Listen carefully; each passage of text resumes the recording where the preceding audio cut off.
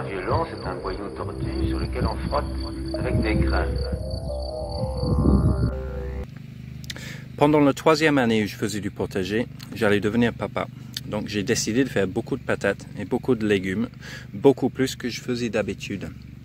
En désespération, le printemps arrivait, j'avais pas assez bêché ni ajouté du fumier pour faire les pommes de terre mode classique. Et il me manquait encore 15 mètres carrés de pommes de terre à faire et j'ai tenté l'expérience de les faire sous foin, basé sur 4 cm² de texte dans un bouquin de jardinage.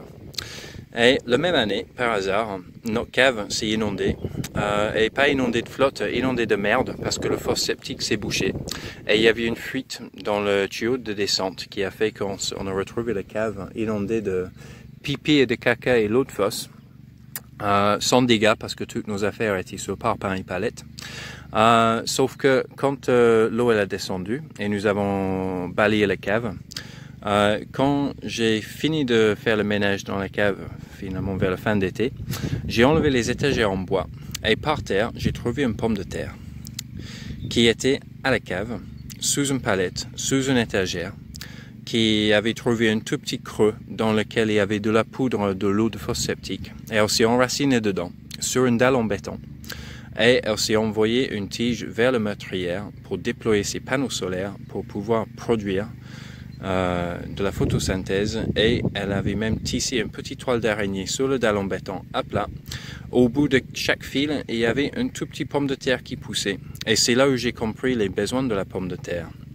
La pomme de terre n'a pas besoin d'être dans la terre, elle a besoin d'être nourrie, hydratée, ensoleillée, mais aussi que sa zone de reproduction soit occultée du soleil pour empêcher que les pommes de terre se verdissent, parce que les pommes de terre vertes, ça ne se mange pas.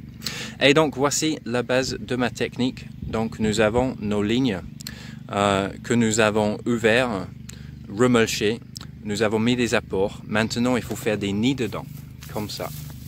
Et ces nids, on les fait avec 2 mains, comme une taupe, jusqu'à ce qu'on touche le sol et le fumier au fond.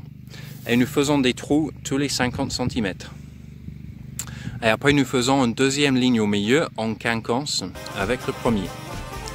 Puis nous allons de l'autre côté et nous faisons des nids de l'autre côté alignés avec le rangé du début.